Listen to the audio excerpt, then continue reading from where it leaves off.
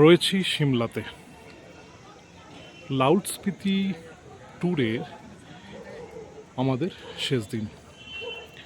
ফিরছি চণ্ডীগড় হয়ে নেতাজি এক্সপ্রেস বা কালকা মেলে।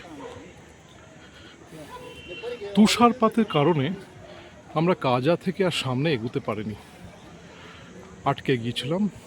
ফলে চন্দ্রতাল হয়ে মানালি মণিকরণ দেখার সৌভাগ্য হয়নি, তাই আবার ফিরে আসতে হচ্ছে সিমলাতেই। প্রকৃতির কাছে সবাই অসহায়, ফলে আমাদের ট্যুর পরিকল্পনায় কিছু কাটছাঁট করতে হচ্ছে।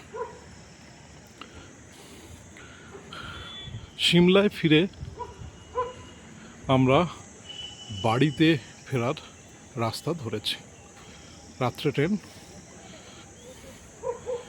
তবে টাবো পর্যন্ত ট্যুরটা বেশ ভালোই চলছিল।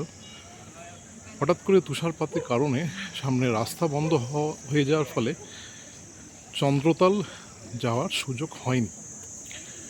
কাজা থেকে ফিরে আসতে হয়েছে হিমাচলের সিমলাতে।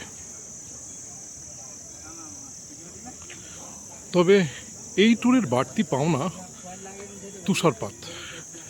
বিভিন্ন ভিডিওতে আপনারা দেখতে পাবেন এই তুষারপাতের ছবি। সাধারণত মরশুমের এই সময়টা তুষারপাত হয় না, কিন্তু আমরা দেখেছি সেই তুষারপাত। সৌভাগ্য হয়েছে বিভিন্ন মনাস্ট্রিতে রাস্তাঘাটে আটকে পড়ে তুষারপাত দেখার সৌভাগ্য হয়েছে। এটা এই ট্যুরের পরম প্রাপ্তি বলা যায়।